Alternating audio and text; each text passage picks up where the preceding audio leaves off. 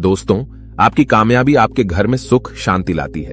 आपका हमेशा मुस्कुराना, हमेशा खुश रहना और स्वस्थ रहना जीवन की बेहतरीन खुशियां देता है और आपको इस दुनिया का सबसे सुखी इंसान भी बनाता है। आज की जो कहानी मैं आपको सुनाने जा रहा हूं, इस कहानी में सारी दुनिया का ज्ञान समाहित है और सभी मुसीबतों का समाधान भी है। इसलिए इस कहानी को आप अंत तक जरूर देखिएगा। बहुत समय पहले की बात है। एक छोटा सा नगर था। उस नगर में एक बहुत ही धनी सेठ रहा करता था। उस धनवान सेठ के पास कहने को सब कुछ था, किसी चीज की कोई कमी नहीं थी। उस धनवान सेठ ने अपने जीवन में बहुत बड़े बड़े मुकाम हासिल किए थे। उसने अपने जीवन में कई सफलताएं प्राप्त की थी।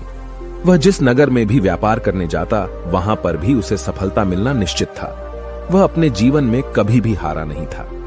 उसका व्यापार भी खूब जोरों शोरों से चल रहा था। उसके पिताजी ने उसे ऐसी 4 बातें बता रखी थीं, जिसका वह नियमित पालन किया करता था और उन्हीं बातों का अनुसरण किया करता था। और उन्हीं बातों की वजह से उसका जीवन बड़ा ही सुखमय था। वह जीवन के हर क्षेत्र में सफल था। ऐसे ही काफी समय बीत गया और अब वो धनवान सेठ काफी बूढ़ा हो चुका था। अब उसे लगने लगा था कि मेरी मृत्यु बहुत नजदीक है, मेरी मृत्यु कभी भी हो सकती है। और वह जानता था कि उसका बेटा बहुत भोला है, बहुत नादान है, उसे अभी दुनियादारी की समझ नहीं है। इसलिए उसने अपने बेटे को अपने पास बुलाया और अपने बेटे से कहा, बेटा, मैंने अपने पिताजी से 4 बातें सीखी थीं और उन्हीं बातों को मैंने अपने जीवन में उतारा। उन्हीं के अनुसरण की वजह से आज मैं अपने जीवन में इतना सफल हूं, अपना जीवन सुखमय पूर्वक बिता रहा हूं। उन्हीं बातों की वजह से आज मैं इतना सुखी हूं, संतुष्ट हूं और इतना धनवान हूं। ना ही कभी मुझे कोई बीमारी हुई और ना ही मुझे कभी कोई धन की कमी हुई। और तुम देख ही पा रहे हो कि मैं इस नगर का सर्वश्रेष्ठ धनवान हूं। लेकिन आज मेरे पास जो कुछ भी है, मैं उससे संतुष्ट हूं, मैं खुश हूं।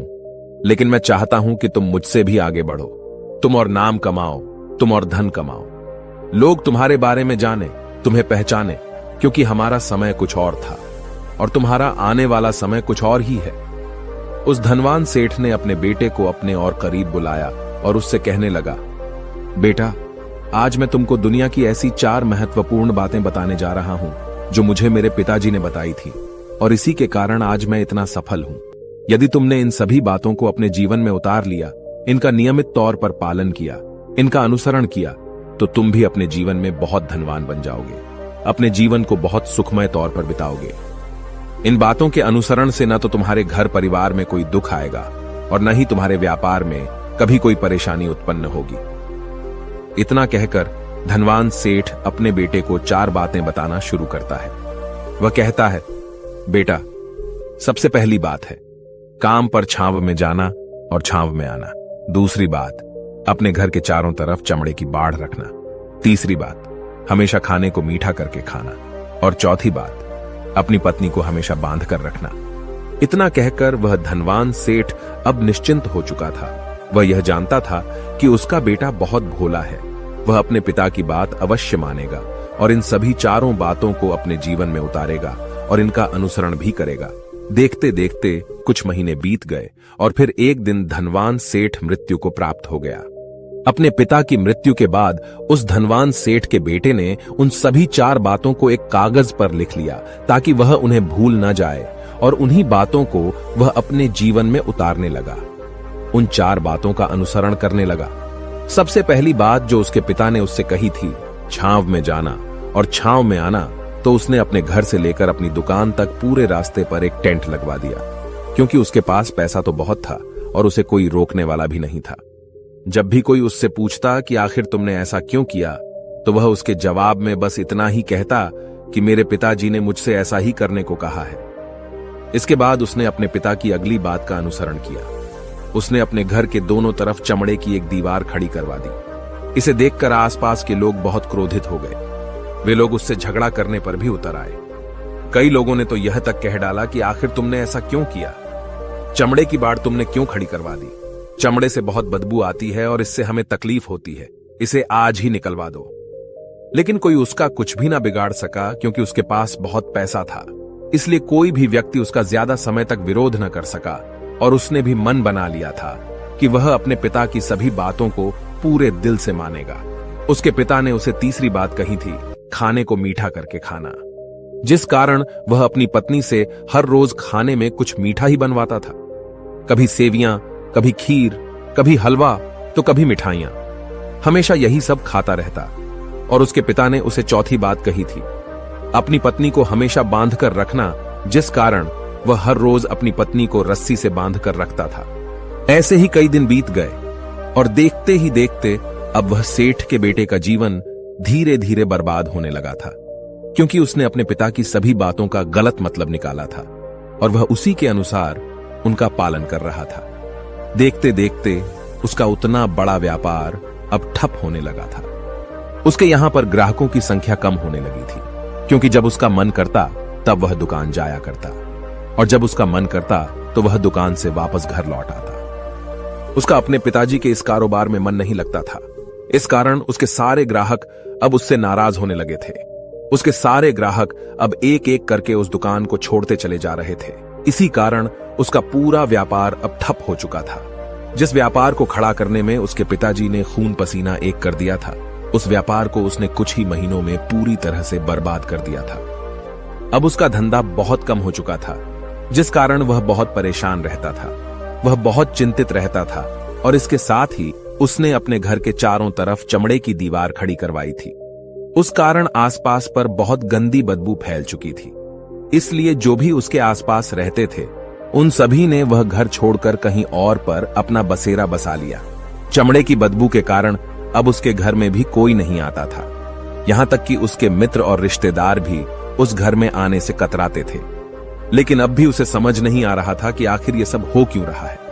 वो बहुत परेशान रहने लगा था और वह हमेशा मीठा भोजन किया करता था, जिस कारण उसका वजन बहुत ज्यादा बढ़ चुका था और इस मोटापे के कारण उसके शरीर में न जाने कितनी सारी बीमारियों ने अपना घर बना लिया था। आए दिन उसके घर पर वेद आने लगे थे। इन्हीं कारणों से अब उसका पैसा भी इन चीजों में बर्बाद होने लगा था और अपने पिता की चौथी बात उसने मानी थी। वह थी अपनी पत्नी को बांध कर रखता, जिसकी वजह से उसकी पत्नी उससे नाराज हो गई और वह घर छोड़कर अपने मायके लौट गई। उसने अपनी पत्नी को मनाने की कोशिश की, तरह तरह के उपाय किए, लेकिन उसकी पत्नी नहीं मानी। और वैसे भी कोई भी स्त्री ऐसे मर्द के साथ क्यों रहना चाहेगी जो उसे बेवजह ही बेबात पर बांध कर रखता हो।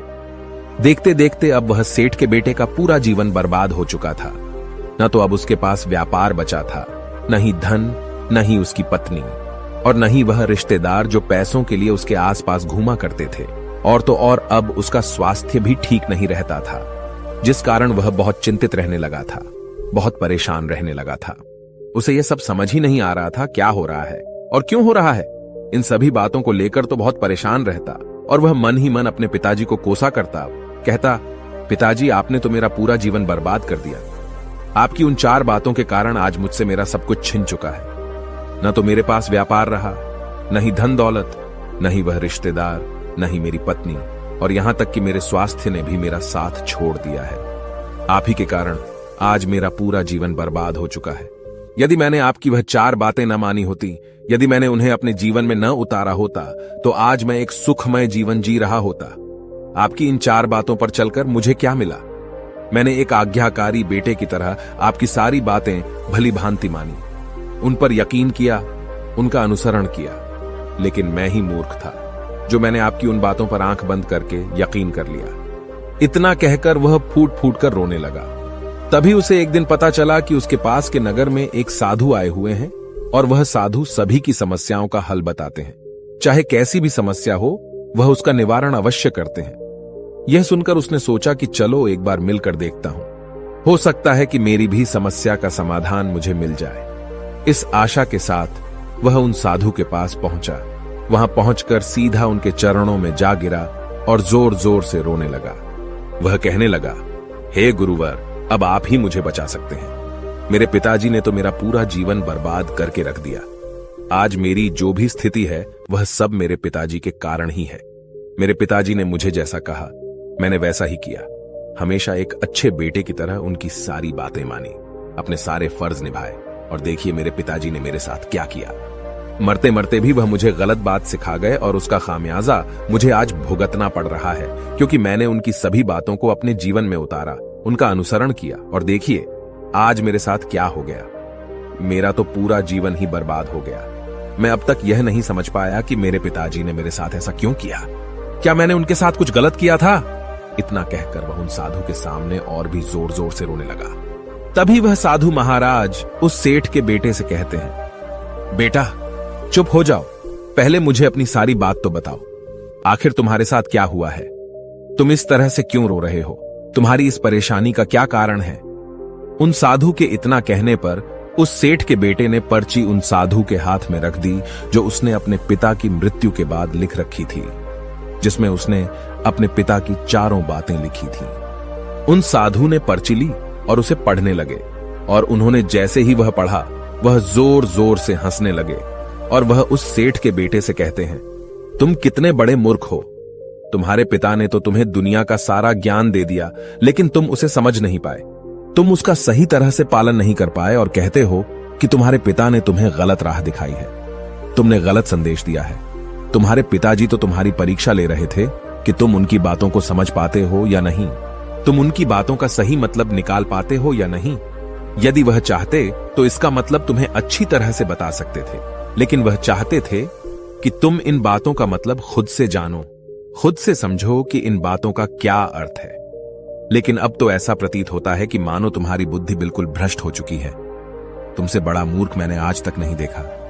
जिसके पास दुनिया का इतना बड़ा ज्ञान हो, वह भला इतनी बड़ी मूर्खता कैसे कर सकता है? तुम्हारे पास कोई ज्ञान नहीं है, तुमने कोई भी ज्ञान अर्जित ही नहीं किया। अगर तुम इन बातों का सही मतलब समझ चुके होते तो तुम भी अपने जीवन में अपने पिता की तरह ही सफल होते, खुश होते, और तुम्हारा जीवन सुखमय तरह से बीत रहा होता। लेकिन तुम इतने बड़े मूर्ख हो कि तुमने अपने पिता की बातों का गलत मतलब निकाल लिया। उन बातों के मतलब के बारे में तुमने सोचा तक नहीं। उन्होंने जैसा कहा तुमने वैसा करना शुरू कर दिया। यदि तुम्हें उन बातों का अर्थ नहीं पता चल रहा था तो तुम किसी ज्ञानी से मिल सकते थे, तुम उससे उस बात का मतलब निकाल लेते। लेकिन जैसा तुमने अपने पिता की इन बातों को समझा है, इसका मतलब वैसा नहीं है। इस पर वह धनवान सेठ का बेटा कहता है, हे गुरुवर, आप क्या कहना चाहते हैं? क्या मैं अपने पिता की बातों को सही नहीं समझ रहा? और वैसे भी इसमें समझने लायक है क्या? उन्होंने तो सब कुछ साफ साफ ही बताया था और मैंने उन्हें अपने जीवन में उसी तरह से उतार लिया। तो फिर मैंने गलत क्या किया है?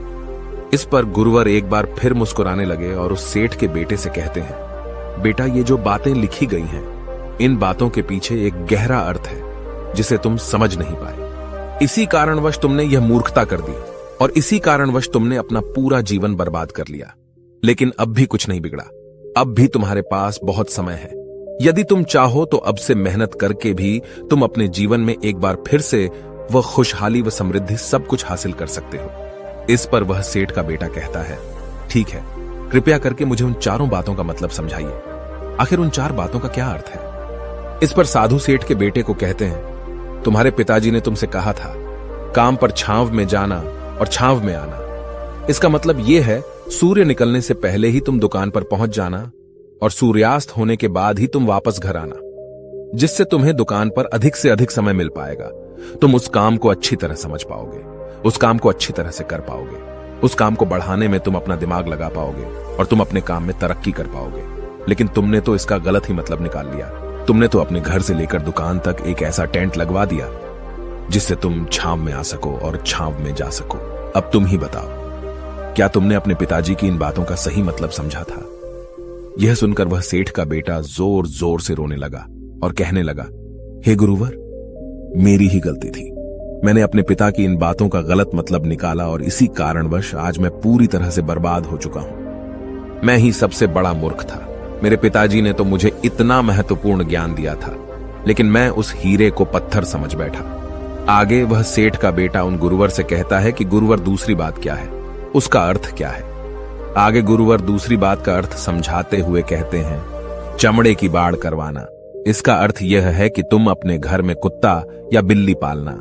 जब तुम अपने घर में कुत्ता बिल्ली पाल लोगे तो यह तुम्हारे घर की चारों ओर से रक्षा करेगा, जिससे तुम्हारी धन दौलत पूरी तरह से सुरक्षित रहेगी और तुम बेफिक्र होकर दुकान पर मन लगा सकोगे, बेफिक्र होकर दुकान के कामों को समझ सकोगे और तरक्की कर पाओगे। और तो और तुम्हारे मन में कभी यह भी डर नहीं होगा कि कहीं कोई चोर आकर मेरी संपत्ति न चुरा ले। चमड़े की बाड़ करवाने का असली मतलब यह है, लेकिन तुमने तो चमड़े की बाड़ करवाने का मतलब कुछ और ही निकाल दिया। तुमने तो अपने घर की 2 दीवारों को ही चमड़े से पूरी तरह से भरवा दिया, जिस कारण आसपास गंदी बदबू फैल गई। तुम्हारे आसपास के पड़ोसी भी अपना घर छोड़कर कहीं और चले गए। यहां तक कि तुम्हारे मित्र, तुम्हारे सगे संबंधी भी उस बदबू के कारण तुम्हारे घर पर आने से कतराने लगे। और अब हालत यह हो चुकी है कि ना तो तुम्हारे घर पर कोई आता है और न ही कोई जाता है। और इसी कारणवश लोग तुम्हें नापसंद करने लगे। और तुम्हारी बर्बादी का यह भी कारण है। आगे सेठ का बेटा कहता है, हे गुरुवर, यह सब तो ठीक है, लेकिन यह खाने को मीठा करके खाना, इसका क्या? मैंने इसका भी अर्थ गलत निकाला है क्या? मैंने तो अपने पिता की बातों के कहे अनुसार ही हर रोज मीठा खाया, और आज देखिए मेरा शरीर कितना वजनदार हो चुका है, जिस कारण मुझे अनेक प्रकार की बीमारियों ने घेर रखा है। क्या मैं इस बात को भी गलत समझ रहा था? इस पर वह साधु उस सेठ के बेटे से कहते हैं, हाँ, तुमने इस बात का भी गलत मतलब ही निकाला है। मीठा करके खाने का अर्थ यह है कि जब भी तुम्हें भूख तेजी से लगे तभी तुम्हें भोजन करना है, न उसके पहले और न उसके बाद। अन्यथा यदि तुम्हें भूख न लगी होगी और तुम्हें भोजन मिल जाए तो तुम उस भोजन की कभी कदर नहीं करोगे। वह रोटी तुम्हें कभी मीठी नहीं लगेगी। फिर चाहे वह भोजन कितना भी स्वादिष्ट क्यों न हो, चाहे भोजन कितना भी लाजवाब क्यों न हो, तुम उसकी कदर कभी नहीं कर पाओगे, तुम उसका सम्मान कभी नहीं कर पाओगे। किंतु जब एक व्यक्ति को जोरों की भूख लगी होती है तो उसके सामने यदि तुम सूखी रोटी भी रख दो तो भी वह उसके लिए किसी पंचमेल से कम नहीं है। वह उसे प्रेम पूर्वक खाता है, उसका आदर करता है, उसका सम्मान करता है, और वह रोटी उसे मीठी लगती है। इसीलिए तुम्हारे पिताजी ने यह कहा था कि भोजन मीठा करके खाना, जिससे तुम्हारा स्वास्थ्य भी अच्छा रहेगा। क्योंकि जब एक व्यक्ति को भूख लगी होती है और उस समय पर जब वह भोजन करता है तो वह उसके लिए एक अमृत समान होता है, और वहीं पर जब किसी व्यक्ति को भूख न लगी हो और ऐसे समय पर वह भोजन करता है तो वह उसके लिए विष समान है, वह उसे बहुत नुकसान पहुंचा सकता है। लेकिन तुमने तो इसका भी गलत मतलब निकाला था। तुम हर रोज मीठा खाने लगे, जिस कारण तुम्हारा वजन बढ़ने लगा, और इसी कारणवश तुम्हारे शरीर में अनेक रोग ने अपना घर बना लिया और यह तुम्हें मृत्यु के करीब ले जा रहा था। इसलिए आज से जब भी तुम्हें जोरों की भूख लगे तभी भोजन करना तुम्हारे लिए अत्यधिक फायदेमंद होगा और तुम्हारे शरीर को हमेशा निरोगी बनाने में तुम्हारी मदद करेगा। और जब भी तब भोजन की आवश्यकता न हो, तुम्हें भूख न लगी हो, ऐसे समय पर भोजन कभी ना करना। यह तुम्हारे लिए बहुत नुकसानदायक साबित होगा। और यही तुम्हारी तीसरी गलती थी, जिस कारण तुम्हारा पूरा जीवन बर्बाद हो रहा था। आगे सेठ का बेटा कहता है, चौथी बात तो बिल्कुल साफ लिखी गई है, अपनी पत्नी को हमेशा बांध कर रखना, तो इसका अर्थ भी कुछ और है। क्या मैंने इसका भी गलत मतलब निकाला है? इस पर साधु कहते हैं, हां बेटा, अपनी पत्नी को बांध कर रखने का अर्थ यह नहीं है कि तुम रोज रस्सी से बांध कर रखो, बल्कि इसका अर्थ तो यह है कि जब भी तुम दोनों के बीच में कोई आपसी मतभेद हो जाए, कुछ नोक झोंक हो जाए, तो तुम अपनी पत्नी पर हाथ मत छोड़ना। जब तक एक स्त्री का पति उसके साथ रिश्ते में बंधा होता है तो वह अपने रिश्तों में बंध जाती है और वह अपने रिश्ते को पूर्ण तरीके से निभाने का हर मुमकिन प्रयास करती है। और ऐसे समय पर यदि तुम्हारे बीच कुछ नोक झोंक हो जाए, कुछ गलतियां हो जाए, और ऐसे समय पर तुम उस स्त्री का हाथ नहीं छोड़ते, तो वह तुम्हें छोड़कर कभी नहीं जाएगी। लेकिन इसका अर्थ यह भी नहीं है कि तुम अपनी पत्नी पर अत्याचार करो, बल्कि तुम्हारे पिताजी यहां पर कहना चाहते थे कि जो भी कोई व्यक्ति तुम्हारे साथ किसी रिश्ते में जुड़ा हुआ है, उसे अपने रिश्ते में इस तरीके से बांध लो कि वह तुम्हारे साथ झगड़े और नोक झोंक के बाद भी नुकसान न पहुंचा सके, वह तुम्हारे साथ कुछ गलत न कर सके और तुम्हारा फायदा न उठा सके। अपने रिश्तों को हमेशा बांध कर रखना, उन्हें खुला मत छोड़ना, अन्यथा वह तुम्हारे हाथ से फिसल जाएंगे। और हम में से अधिकांश लोग अपने जीवन में यही गलतियां करते हैं और अपने नए रिश्तों को कभी समय नहीं देते, जिस कारण उनका रिश्ता उतना मजबूत नहीं हो पाता और इसी कारणवश वह अपने रिश्ते से हाथ धो बैठते हैं। और यही गलती तुमने भी की। तुमने तो अपनी पत्नी को बांध कर रखा था, तो भला वह तुम्हें कैसे माफ कर सकती है? और यही कारण है कि वह तुम्हें छोड़कर चली गई। तुमने जो अपनी पत्नी के साथ किया वह माफी के लायक नहीं है, लेकिन तुम्हें अपनी पत्नी से माफी मांगनी चाहिए क्योंकि तुमने गलत किया है।